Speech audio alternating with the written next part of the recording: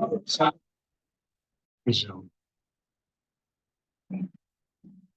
Tov, everyone. To continue, I discussed with you last night one view of the first words of the Parsha, Vayero Elav Hashem. I'd like to mention tonight another view that the Mefarshim speak about, and that has a basic rule, so to speak, about our understanding of commandments, of mitzvot, of the Torah itself. The parsha begins, Vayero Elav Hashem. So one way of looking at it is that this is a general introduction to everything that's going to happen in the parsha. Everything that's going to happen in the parsha is a facet of Vayero Elav Hashem. So therefore, the parsha begins with Achmos HaZorchim. So why do we have a concept of Achmos HaZorchim?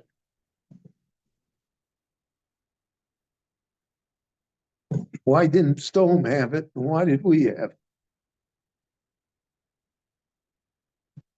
Because Achmos HaZorchim is not a matter of logic.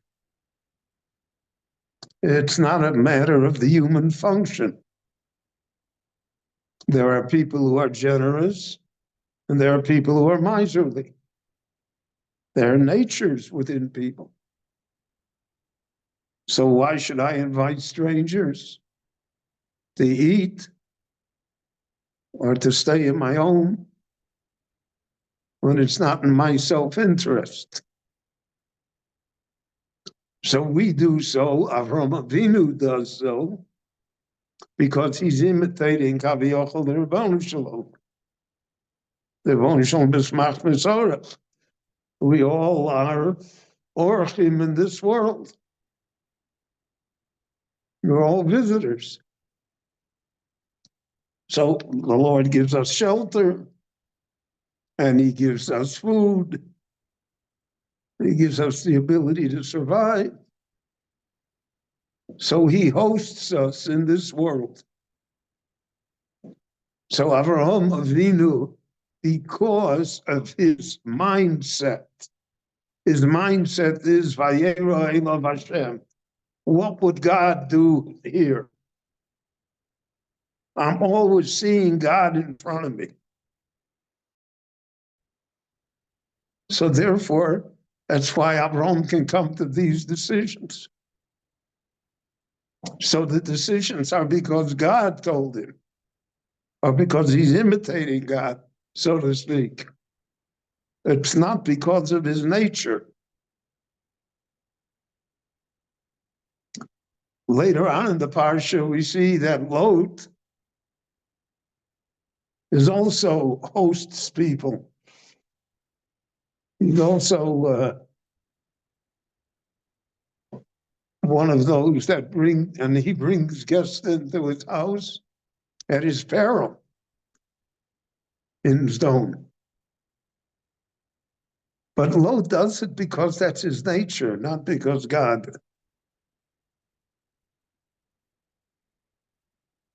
And therefore,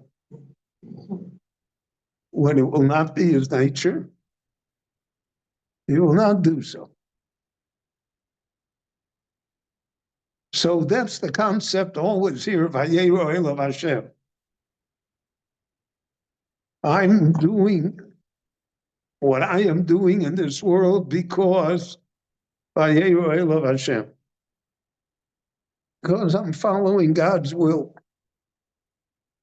So that's the ultimate reason for all mitzvot. Even if I don't understand it, even if I logically may disagree. But Vayero Elav Hashem, so I have to do it. I have to do it this way. Throughout human history, whenever human beings construct a moral code, it fails. It proves insufficient. It cannot stand the test of time and events. And moral codes shift. What was the moral code 50 years ago? Today, it's the opposite is true.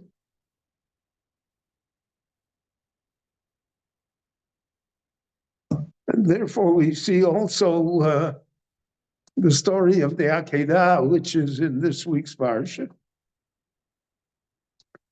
Kachnu as Mincha Shechitcha, Asher Ahavta as Yitzchak, V'alehu Le'olam.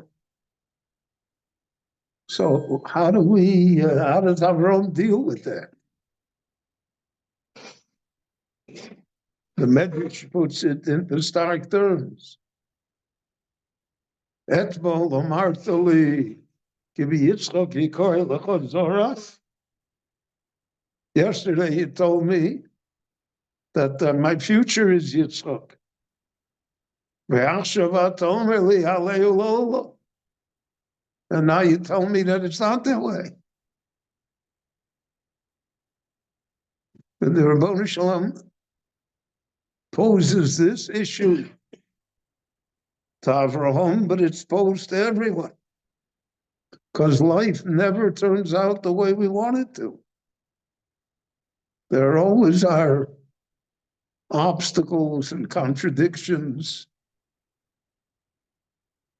difficulties, challenges. It's never simple. But Avraham Avinu accepts it because Vayeru Elav Hashem. Because the Rabboni Shalom said it. I can't figure it out. It's contrary to everything that he ever said before. But if he said Valeyu Shalom Le'olam, then I have to do so. And that's what the Malach tells him. Yan lo chasachta v'nucha yechidcha mimeni. You didn't take it away from me. You didn't say it's morally wrong to do it. That cannot be what God wants. So the concept of Vayeru Elav Hashem is so strong that it becomes the buttress for all of the Torah itself. And our behavior as a Jew is because Hashem told us to do this. Yeah, so the more intellectual amongst us will perhaps search for ideas, but none of the ideas will change the fact that we have to do what's told. And that's our only guarantee of survival, as we have seen over the past centuries. All those that rationalize Judaism to make it fit into human ideas of the time have failed completely. In 1936, the Reform movement in the United States printed a prayer service for Yom Kippur. Included in the prayer service was a request that the working conditions of the miners in the coal pits in West Virginia be improved. It's a worthy goal, but that's not nobody's going to survive on that. It's just a subterfuge. There's a story that Natan Sharansky brings in his book, in his autobiography, that after a few years in the Gulag, he decided he's going to be more Jewish. So he wants to wear a kippah. Well, they didn't have kippot available. So he cut out the piece of cloth from his prisoner's uniform. And he put it on his head. The jailer saw it. So he told him, you're not allowed.